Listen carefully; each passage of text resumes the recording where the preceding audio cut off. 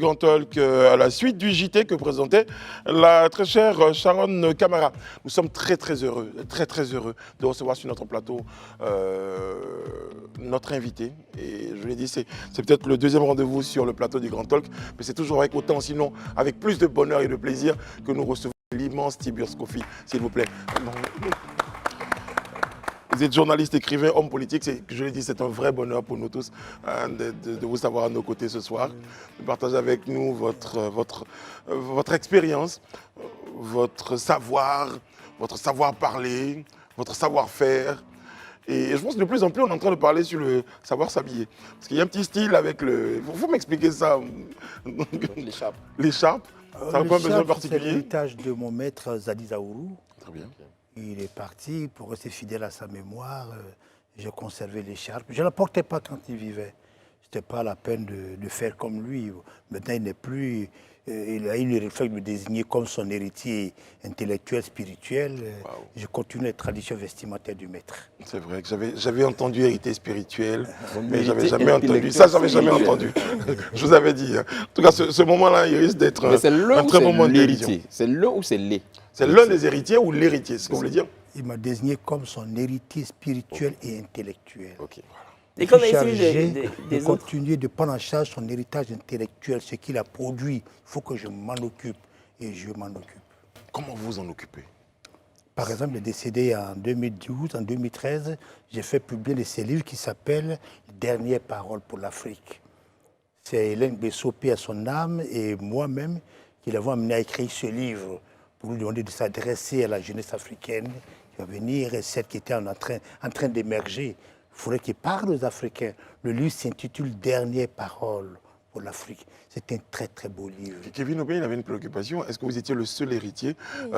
Est-ce que vous avez partagé l'héritage avec d'autres frères? Non, je pose la question parce que je sais que M. Zadi Zaourou, paix à son âme, distillait deux types de formations, une formation politique et une formation artistique. Et Clémentine Papoué... Et très académique. Pardon? Et surtout une formation très académique. Oui, notamment. Oui, avec Clémentine toi. Papoué qui a joué dans ma famille, justement... Qui joue dans ma famille. Qui a joué ma famille est terminée. Et il joue toujours dans ma famille. Oui. Bon, qui joue toujours dans ma famille, bon, ça ne change rien, mais d'accord. Oui, Qui joue toujours dans ma famille, Oui. voilà, elle s'enorgueille. Souvent, elle dit que c'est son maître et qu'elle est l'héritière. Donc, d'où ma préoccupation de savoir, est-ce que vous êtes l'unique héritier de ce grand maître-là? Non, moi je vous parle des dernières paroles du maître. C'est sa famille qui m'appelait. Avant de mourir, notre frère a dit que tu es son héritier. Il te désigne comme son héritier spirituel et intellectuel. On m'a donné liberté de publier ses ouvrages. J'ai recueilli tous ces textes qu'il a écrits. D'autres, les avaient chez moi. C'est mon épouse qui les a saisis. Et je suis en contact très régulier avec Eugène Zadi, son petit frère. Et je suis chargé de publier tout ce que le maître a laissé. Est-ce qu'il a dit à d'autres personnes? Ça, moi, j'en sais rien. Je n'étais pas là au moment où il poussait son dernier soupir. Et décidé au moment où j'étais dans un avion je venais de la Martinique pour la Côte d'Ivoire. C'est lui qui a voulu que je sois à Martinique parce que c'était le centenaire d'Aimé Césaire. Aimé Césaire, c'était son poète préféré. C'est lui qui nous a appris à aimer Césaire, à aimer Césaire. Et j'ai été coopté pour aller dire une conférence sur Aimé Césaire. Je pense que le maître a voulu m'éloigner pour ne pas que je le voie partir. Et c'est dans l'avion, de retour, qu'on me dit, bon, le maître s'est éteint. Alors aujourd'hui, hein, c'est vrai qu'on a fait une petite digression hein, pour parler de... mais ça a été juste un prétexte aussi pour nous pour pouvoir rendre hommage à la mémoire du maître Zadi Zaourou à travers donc cet héritage-là dont vous parliez. M. Tiburce Kofi, on va surtout parler de votre nouvel engagement, dit-on, au sein du RHDP. On en parle, hein, il n'y a pas que nous. Et nous, on s'est dit, vous avoir sur le plateau là permettrait de dire votre part de vérité ou surtout d'éclairer la lanterne de ceux pour qui elle n'est pas encore très claire. Oui, je pense qu'il y a pas mal de gens qui sont encore dans l'obscurité, l'obscurantisme. J'ai lu des propos marrants de la part de mes collègues enseignants, chercheurs, sur les réseaux sociaux. Je suis allé au restaurant. Écoutez, on peut faire un grand plan sur moi. Est-ce que j'ai l'aide de quelqu'un d'affamé entre nous? Je n'ai jamais été affamé. J'ai toujours bien vécu. Moi, je ne vais pas au RHDP pour célébrer la mastication et les lois de la boustifaille. Non, j'en suis plus là. Il y a un âge où on n'en est plus à ces préoccupations. Comprenez? Vous y allez pourquoi alors? Normalement, d'abord, il faut faire mise au point. J'entends dire qu'un intellectuel qui s'en... Mais qui leur a dit qu'un intellectuel est forcément un dragon, qui a des dents rouges, qui crache du sang et du feu chez les hommes politiques? Qui leur a dit que la vocation d'un intellectuel, c'est de terroriser les dirigeants, d'être un spectre pour ceux qui sont au pouvoir? Ce n'est pas ça la vocation d'un intellectuel. Non. Ce n'est pas un intellectuel. La vocation d'un intellectuel n'est pas de jouer à la poupée qui dit non, non, non. Mais c'est très facile de dire non. J'ai enseigné quand même les lettres, qui lisent Antigone. Il y a un passage où Créon dit à sa nièce Antigone, arrête de dire non, non, mais c'est trop facile. Après un jour, elle a dit oui. Dire oui, c'est s'engager. C'est accepter d'aller à l'inconnu. C'est accepter de prendre des risques. J'ai 67 ans. J'ai passé plus d'une trentaine d'années de ma vie à être dans les bouquets, à fustiger les dirigeants. Non, ça c'est mauvais. Ça. Non. À cet âge-là, on apprend maintenant à dire, au lieu de passer tout son temps à critiquer, va travailler ici, va te mettre avec eux. J'étais installé aux États-Unis, on m'a fait venir pour le Burida. Et depuis, je vais souvent au village. En fait, il y a eu un déclic à moi. Je vais maintenant très souvent au village, je construis ma résidence au village, je reçois les paysans, les paysannes surtout, je suis très attentif au dessin de la femme, je reçois des étudiants, des élèves, j'en prends en charge, surtout les jeunes filles qui ont bien travaillé, je paye leur école, je leur donne un peu d'argent pour qu'elles puissent continuer. Et je vois tous ces besoins immenses que les gens ont, les espoirs qu'ils placent en moi. Mais tu vas les faire quoi aux États-Unis, tu ne peux pas nous laisser lâcher. Je ne peux pas lâcher ces gens. Mais je sais aujourd'hui où je suis placé que ce n'est pas avec la poésie et les solos de jazz qu'on transforme une société. C'est en s'engageant en politique. J'irai là-bas avec M. Ouattara parce que je crois en lui. J'ai eu le temps de réfléchir, de comprendre qu'avec ce monsieur, je peux apporter quelque chose à la Côte d'Ivoire. Mais pourquoi ce choix, en fait? Pourquoi ce choix? Oui. Mais parce que j'ai décidé d'aller avec... je viens de vous dire, les besoins sont immenses. Je suis à l'écoute des appels des miens. Je suis d'un village qui s'appelle Botro. La plupart des cas de Botro, les paysans, les élèves... C'est pourquoi le choix du RHDP? Le choix du RHDP, parce qu'à la tête de ce parti, il y a un monsieur qui s'appelle Alassane Ouattara. Je l'ai vu travailler. J'ai pris le temps, depuis 2018 que je suis rentré d'exil, ça fait 4 ans que j'ai réfléchi. J'ai passé le temps à réfléchir, à hésiter, à douter. Et finalement, tout cela m'a conduit maintenant à la décision que oui, c'est le bon choix. J'ai vu M. Oufouette, que j'ai combattu. Il m'a d'ailleurs foutu en prison quand il était fatigué. Donc j'ai connu Oufouette Boigny. J'ai connu Henri Konabédié. J'ai travaillé avec Laurent Gbagbo, dont j'ai été le conseiller technique. J'ai travaillé avec Charles Konabagnou, dont j'ai été le conseiller spécial. J'ai vu passer Guéhi, j'ai vu passer Laurent Gbagbo. Je peux vous dire, finalement, tous ces gens n'étaient que des bégaiements de l'histoire. Ouattara, c'est autre chose. C'est fort, ça. C'est genre même le président Henri Bédier. Non. Pardon, même le président. Je suis peut-être atterri. Enfin, même le président Oufouette Boigny. Que tout le monde a non, pas Oufouette Boigny. Oufouette Boigny, c'est le père. Non, mais parce que comme vous avez cité... Oui, voilà, c'est pour ça. Oufouette, c'est le père fondateur. C'est le père inspirateur. Voilà. Le RHDP, c'est le rassemblement des oufouettistes. Moi, j'ai été fondateur d'un mouvement qui s'appelle le MNH, Mouvement pour le néo-fautisme. Ben, écoute, à 67 ans, je suis plus un néo-fautiste. Il y a des néo-fautistes qui sont là. Bon, je préfère rejoindre les fautistes. Et puis après, on a l'occasion de parler de la définition et de l'explication qu'on a dans votre mouvement. Il y a Daouda Élysée qui meurt d'envie de vous poser des questions. Voilà. En fait, moi, je me demande, est-ce qu'aujourd'hui, M. Ouattara peut vous faire confiance? Dans la mesure où, quand vous étiez encore à l'INSAC, vous avez eu à perdre votre poste. Oui. Parce que vous avez écrit un ouvrage oui.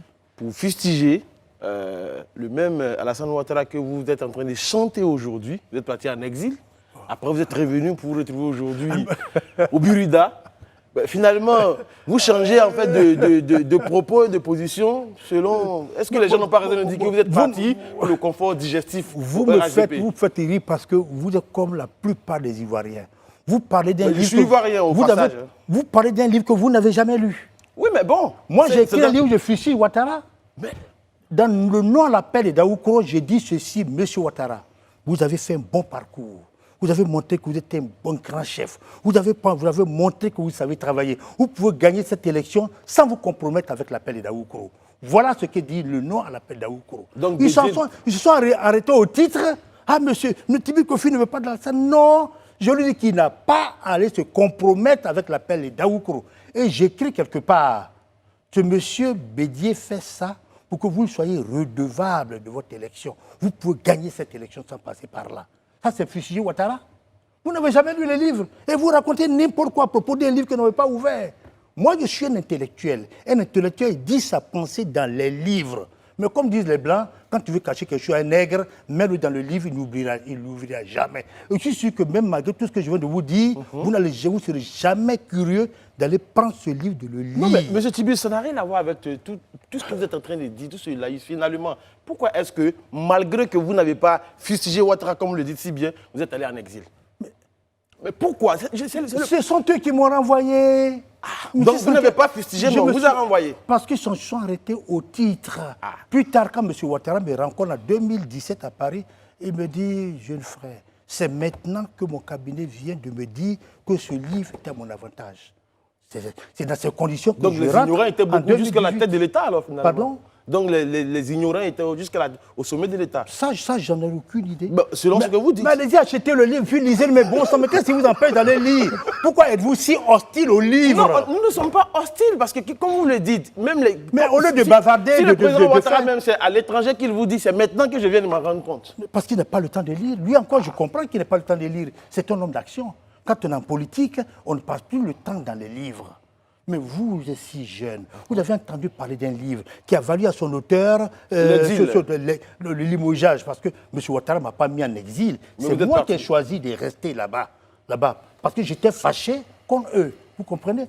Mais quand vous avez entendu parler de ça, les années ont passé. Vous n'êtes pas curieux d'aller lire ce livre. Enfin, qu'est-ce que ce monsieur a dit pour qu'on en arrive là? Et vous concluez, est-ce que M. Ouattara peut vous faire confiance? M. Ouattara n'a pas à me faire confiance sur moi, il peut me faire confiance. J'ai mené campagne pour M. Ouattara en 2010. Ça, c'est vrai. Ici, demandez à M. Cissé Bakongo. Oui, c'est moi qui prononçais la conférence. Ah, vous étiez là. J'ai animé des meetings à la place Inch'Allah pour le candidat Alassane Ouattara. J'ai mené campagne pour lui à Bouaké. Et quand il était le candidat Alain Issan. C'est nous qui l'avons baptisé Alain Issan, nous les Baoulés. J'ai battu campagne pour lui en France. Tout le monde m'a vu au front, partout, à la télévision, à la radio, affronter les agoras farouches du FPI. On a bien compris qu'il peut vous faire confiance pour répondre à la question d'Aouda. On va passer toutes les missions là-dessus. C'est même, on se demande bien pourquoi si j'ai tardé à aller au RHDP. Et ça, on va vous poser la question, je vous promets. Je vous promets. Élisée Boloubé, vous avez une question plus technique, certainement. Tout à l'heure, notre invité, lorsqu'il a évoqué la question de l'intellectuel, le fait d'être l'héritier intellectuel du professeur Bernard Zadi Zaourou, paix à son âme. Zadi Zaourou a été un social-démocrate et il était à la tête de l'USD, c'est-à-dire un parti qui n'est pas un parti libéral, qui est notamment le cas du RHDP, qui est un parti proche, vraiment un parti libéral, contraire au parti social-démocrate. Vous qui avez soutenu Zadi Zaourou, qui avez tout épousé, d'où vient-il qu'aujourd'hui, vous épousez la vision d'un parti qui apparemment ne partage pas l'idéologie politique de votre maître? Je vous remercie beaucoup parce que vous êtes dans l'erreur. Okay. Vous oubliez que M. Bernard Zadi Zaourou, vous êtes dans l'erreur. Oui, vous oubliez que M. Bernard Zadi Zaourou a été ministre d'Henri Konan Bédié, qui est la droite. C'était un homme de gauche. Il était là-bas et j'étais là-bas avec lui. Vous oubliez que M. Francis Vaudier, grand intellectuel de gauche, qui a formé toute une dynastie d'intellectuels de la gauche, a été ministre de Henri Konan Bédié. Pardonnez-moi si je me trompe. Le fait d'être ministre, vous renoncez à votre idéologie. Moi, je ne suis même pas ministre. Je ne suis que militant. Non, je demande. Non, mais la question de l'Élysée, c'est que quand vous participez, par exemple, à ce qu'ils ont appelé ici un gouvernement d'ouverture, vous gardez votre corporation. Votre idéologie. Est-ce que l'idéologie politique change? Gouvernement. Mais quand vous adhérez à un parti, à ce niveau-là, certainement qu'Élysée... C'est ce que je dis, justement. Est-ce que ça fait évoluer votre idéologiquement de gauche, mais vous êtes dans un parti libéral. Vous faites ça. Alors, on va aller rapidement. Oui. Monsieur Mamadou Koulibaly est un grand intellectuel, un des plus grands du FPI. C'est un homme de la droite. Il était ministre, était un des deuxième personnage du FPI, Parti socialiste. Qui vous a dit qu'il y a incompatibilité à ces choses? On peut être un homme de gauche, participer à un gouvernement de droite, c'est-à-dire qu'on reste dans une position doctrinale. Si on prend doctrinal, on demeure homme de gauche. On travaille avec un parti de droite. Jenny Kobina, est fondateur aussi, membre fondateur du RDR, était un homme de gauche. c'était l'ami des Zadis Aourou. Jenny Kobina était un des plus grands hommes de gauche de Côte d'Ivoire. Et c'est lui qui est le membre fondateur du RDR, qui était un parti libéral. Qui vous a dit qu'il y a des incompatibilités doctrinales entre ces choses-là? Non. Et puis les cloisons entre les doctrines politiques, ça ne fonctionne plus. C'est pas Côte d'Ivoire. Partout dans le monde, c'est comme ça. Vous n'avez pas compris ces choses-là. Non, c'est que vous êtes en retard. Mais on vous rassure. Non, on vous rassure. Ça, on l'a compris. On l'a pas suffisamment dit, mais on l'a compris. D'autant plus que la question d'Élysée est tout à fait légitime. Il était en train de dire qu'intégrer un parti politique est tout à fait différent que d'intégrer et puis assumer un portefeuille ministériel, même quand on ne partage pas les mêmes convictions que le gouvernement en place. Et c'était ça l'essence même de sa question. Ah non, quand on est ministre, on est encore plus impliqué dans la gestion de ce parti-là. Ah non, non. Enfin, je reprends le cas tout ce qui a été décidé par le PDCI a été accepté par l'USD. M. Beradi était là-bas, M. Beradi n'a jamais rendu démission. Quand on n'est pas d'accord, on s'en va. Je vais vous faire une confidence. Dites-nous parce tout. que je n'étais pas d'accord avec certains silences de mon maître quand il était avec le PDCI, que j'ai rendu démission en 1997. Demandez au professeur à Saint-François. C'est lui qui a détient ma lettre de démission. Vinas Kouna a un exemplaire. J'ai quitté le maître, je lui ai dit, je ne peux pas comprendre que le PDCI fasse tant de bêtises et que vous ne parlez pas. Il m'a expliqué, j'ai compris.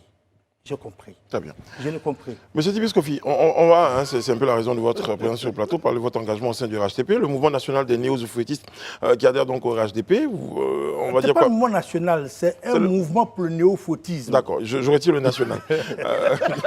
C'est franchement porté national, c'est pas évident. Non, parce que le mouvement va au-delà de la Côte d'Ivoire. Très bien. Mais 400 membres, là c'est bon, on a la bonne information. Pardon? 400 membres qui adhèrent au RHDP. Oh, environ, on doit plus. On n'a plus pris le temps de compter, vous savez. Dans le fond, on a existé réellement de 2007 à 2011. Et tout au plus jusqu'à 2013. Et puis après, il y a eu tellement de problèmes dans le pays. Les uns sont allés au RHDP carrément. Donc globalement, aujourd'hui, vous ne savez pas combien de membres il y a au niveau du mouvement? On ne peut pas dire exactement combien il y a.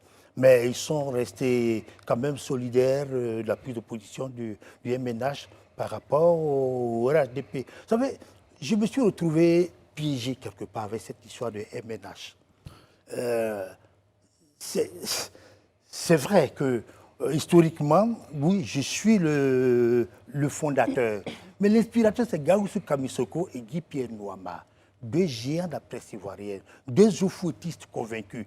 Ils ont réalisé qu'à un moment, depuis que Oufouet était parti, c'est moi qui écrivais de bons articles pour magnifier l'œuvre d'Oufouet-Boigny. Kamisoko m'appelle.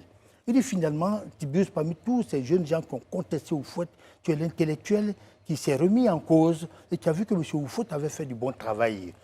Pourquoi on ne formerait pas un groupe pour réfléchir à l'action d'Oufouet, puis de voir ce qui n'a pas marché, puis créer un mouvement pour renouveler l'action, la pensée d'Oufouet-Boigny. Voilà d'où vient le mouvement pour le néo-fouettisme. Et ils m'ont dit, tu es notre porte-parole. Très bien. Voilà comment on a créé. Mais, je vous assure, on s'est rendu compte que les trois quarts des gens qui étaient venus étaient des PDCistes purs et durs. Donc, on était un peu piégés.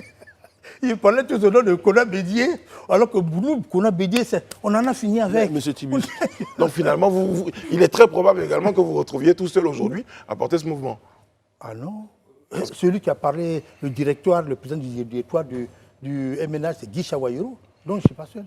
Très bien. Et vous, M. Cissé Bakongo a tenu à ce que des figures du MNH soient au devant de la scène. Ils étaient là. On les a cités. C'est ce qu'on voit certains qu'on voit là sur la photo. Très bien. Monsieur Tibus, la question que je voulais vous poser, M. Dassé. À vous entendre aujourd'hui, à part Oufouet-Boigny, on a l'impression que la Côte d'Ivoire n'a commencé à vivre que à l'ère Alassane Ouattara. C'est-à-dire que tous ceux qui sont passés n'ont rien fait en fait. Je ne t'ai pas dit qu'ils n'ont rien fait. Non, mais puisque vous avez parlé tout à l'heure du bégaiement. C'est le bégaiement de l'histoire. M. Bédi arrive au pouvoir par un bégaiement de l'histoire. Oufouet est mort. Alors, si Oufouet n'était pas mort, il n'était pas arrivé au pouvoir. C'est ce qu'on appelle le bégaiement de l'histoire. D'accord. De l'histoire. On continue sur les autres. M. Gueye arrive à la suite d'un coup d'État. C'est un bégaiement de l'histoire. M. Gbagbo arrive au pouvoir à l'issue d'une insurrection populaire Gueye a dit qu'il a gagné, Gbagbo dit qu'il a gagné. Il a fait appel à ses militants, sont descendus dans les rues. Il y a eu des affrontements. Finalement, M. Gbagbo est arrivé. C'est celui-là le bégaiement de l'histoire. Ont-ils fait quelque chose pour l'avancement de la Côte d'Ivoire ou n'ont-ils rien fait? Non, je ne peux pas dire qu'ils n'ont rien fait. Non, ça ne serait pas honnête quand même. Je ne vais pas travailler avec M. Laurent Gbagbo s'il n'avait rien fait pour la Côte d'Ivoire. Ah non. Et je reconnais à M. Bédié un grand mérite. Il est, après Houphouët-Boigny, c'est le chef d'État, parce que sans histoire, sous le règne duquel il n'y a pas eu de fusion des sangs. Monsieur Henri Konan Bédié est un homme très doux, un apôtre de la non-violence, qui ne cherchera jamais à s'accrocher au pouvoir par la dissuasion des armes. C'est un mérite du dirigeant quand même. C'est une preuve de sagesse. Donc je n'ai jamais dit qu'ils n'ont rien fait. J'ai dit, après Houphouët, celui qui m'aura le plus convaincu, c'est M. Alassane Ouattara. Très bien. On va revenir à l'engagement, hein, parce que c'est un peu, je recadre, hein, pour dire que c'est cet engagement au niveau du RHDP. Aujourd'hui, vous vous engagez au sein du RHDP. Comment vous vous engagez? De quelle façon? Sur le comment, j'allais justement demander, parce que tout à l'heure, il a dit, pourquoi est-ce qu'on ne se demande pas pourquoi il ne l'a pas fait avant? Donc, à quel moment vous vous êtes dit, c'est le moment de rejoindre le RHDP? Qu'est-ce qui a été le déclic? Pourquoi maintenant? Oui, je viens de vous le dire, le déclic, c'est cela. Le fait que je sois franchement retourné au pays, dans mon village, que j'ai pris contact réel avec le pays. La réalité? C'est ça le purin du réel. C'est cela. C'est sur cette matière que les chefs et les gouvernants travaillent. Nous autres, dans la posture politique, dans la posture intellectuelle, nous sommes restés des rêveurs. Moi, on ne construit pas un monde avec la poésie et avec le gaz. Vous comprenez? C'était facile à l'époque. Le confort de l'intellectuel, c'est de dire non, je ne veux pas. On dit que la critique est... C'est un mea culpa, en fait. La critique est... Non, ce n'est pas mea culpa, c'est juste une question de maturation de la pensée. Je n'ai plus 20 ans, j'ai plus 30 ans, j'ai 67 ans. À cet âge-là, les Obama ont déjà dirigé l'Amérique, ils ont déjà eu 2 mandats, ils sont partis. D'accord, aujourd'hui, et ça, pour les jeunes qui nous regardent, ça peut être un prétexte pour dire, bon, même M. Tibius Kofi, la dernière fois, a dit, lui, maintenant, à partir de cet âge-là, il commence à réfléchir. Je n'ai pas de capacité, je commence à réfléchir. Il dit, ma réflexion est arrivée à maturation. Très bien. Réflexion, doute, hésitation, décision. Très bien. C'est cela l'homme accompli. On termine. Il a passé son temps à réfléchir et un jour il dit, je décide, je m'en vais. Monsieur Tibius Kofi, la difficulté de l'exercice, c'est que vous avez 1 minute justement pour revenir à la question. Aujourd'hui, vous êtes au RHDP, vous vous engagez auprès du RHDP. Qu'est-ce que vous comptez apporter au RHDP? C'est ça. On termine avec ça. Mon expérience, la lecture des choses. J'ai une parole, j'ai une capacité d'analyse des contradictions qui sont dans mon pays. Et même là où j'étais dans le silence, j'aidais quand même le gouvernant. Ah non, il y a pas mal de ministres qui me sollicitent pour certains dossiers, qui disent comment vous voyez la question, je rédige. Mais ce n'est pas le lieu de venir étaler tout cela.